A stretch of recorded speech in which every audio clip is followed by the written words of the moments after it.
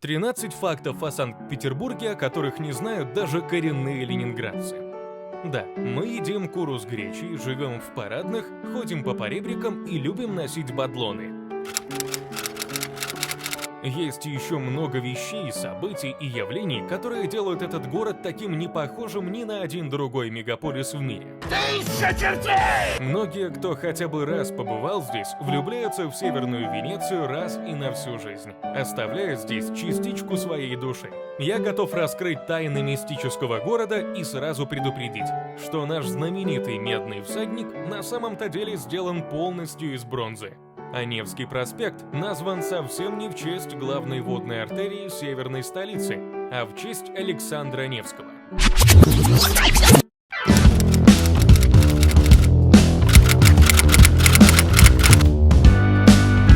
Вместо улиц были каналы. Многие улицы расположены на месте бывших рек и каналов, которые были засыпаны.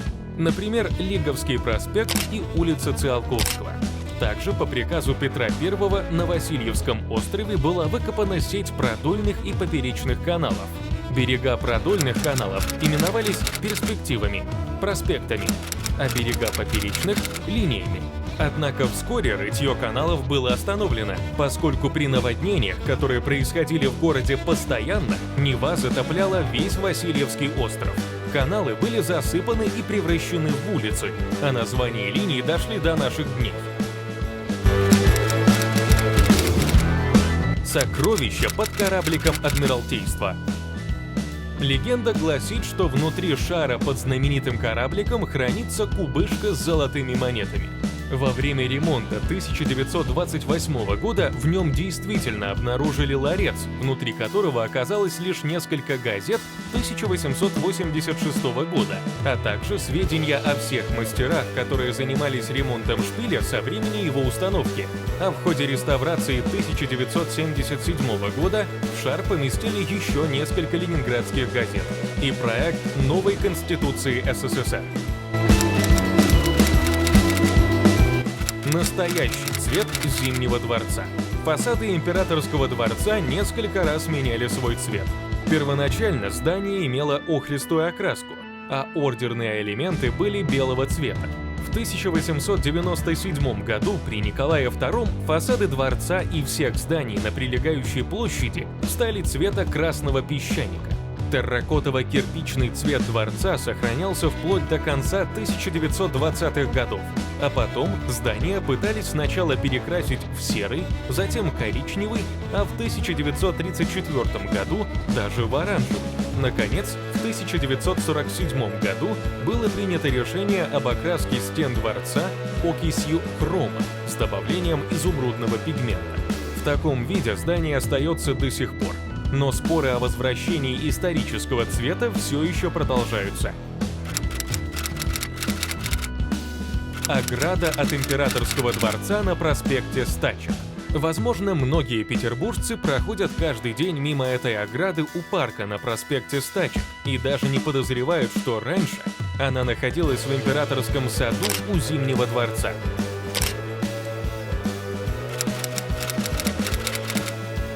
Слоновий двор на месте гостиницы.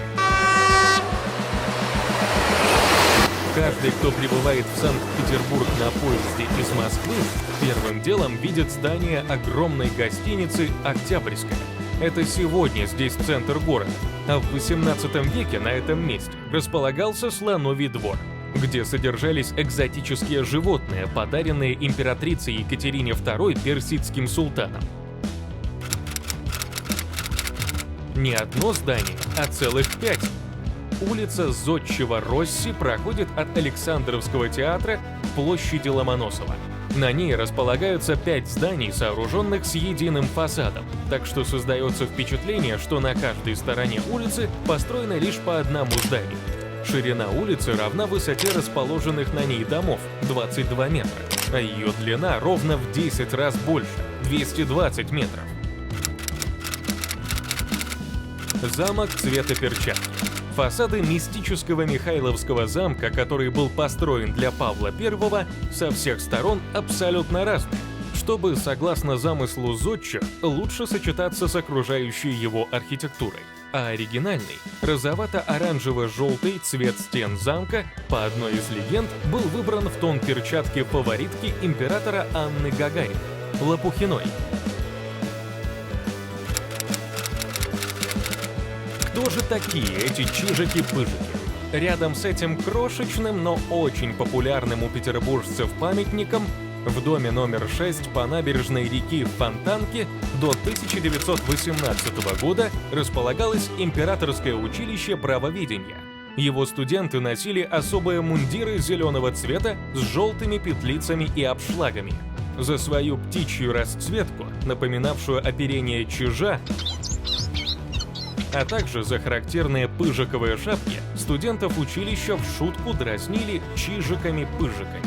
Именно в их честь и поставили в начале 90-х годов у Михайловского замка этот миниатюрный памятник.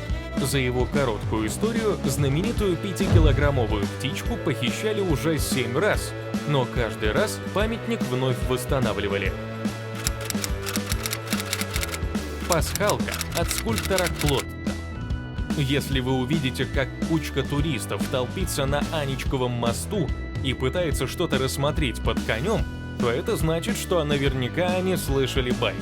Городская легенда гласит, что скульптор решил в отместку изобразить лицо любовника своей жены под хвостом одного из вздыбленных коней.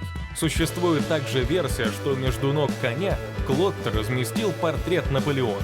Кстати, Клотт задумал композицию моста так, что каждую скульптурную группу надо рассматривать последовательно по часовой стрелке, находясь у дома номер 40 по набережной реки Фонтанки, розовое 4-этажное здание с аркой.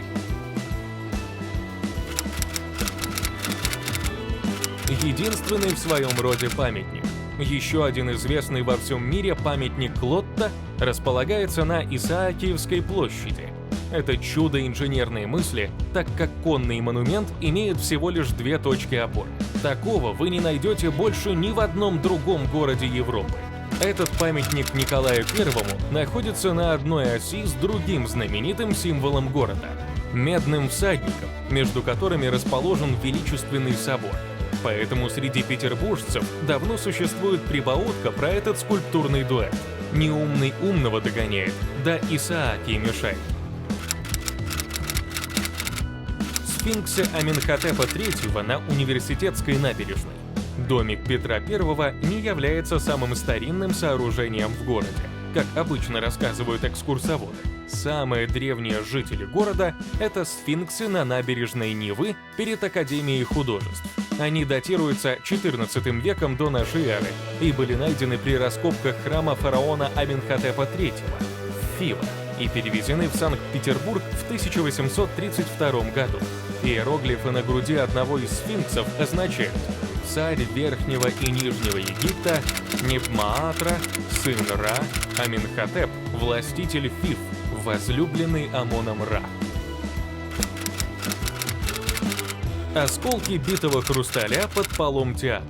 Знаменитый театр был назван в честь супруги Александра II, императрицы Марии Александровны. А не менее известный занавес театра, который является его эмблемой, повторяет рисунок шлейфа платья императрицы.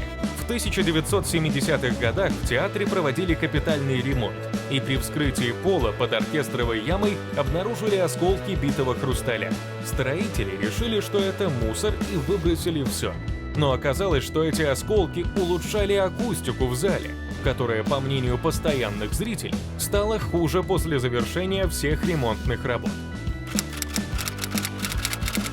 Мост не для поцелуев. Небольшой мостик через реку Мойку давно облюбовали парочки.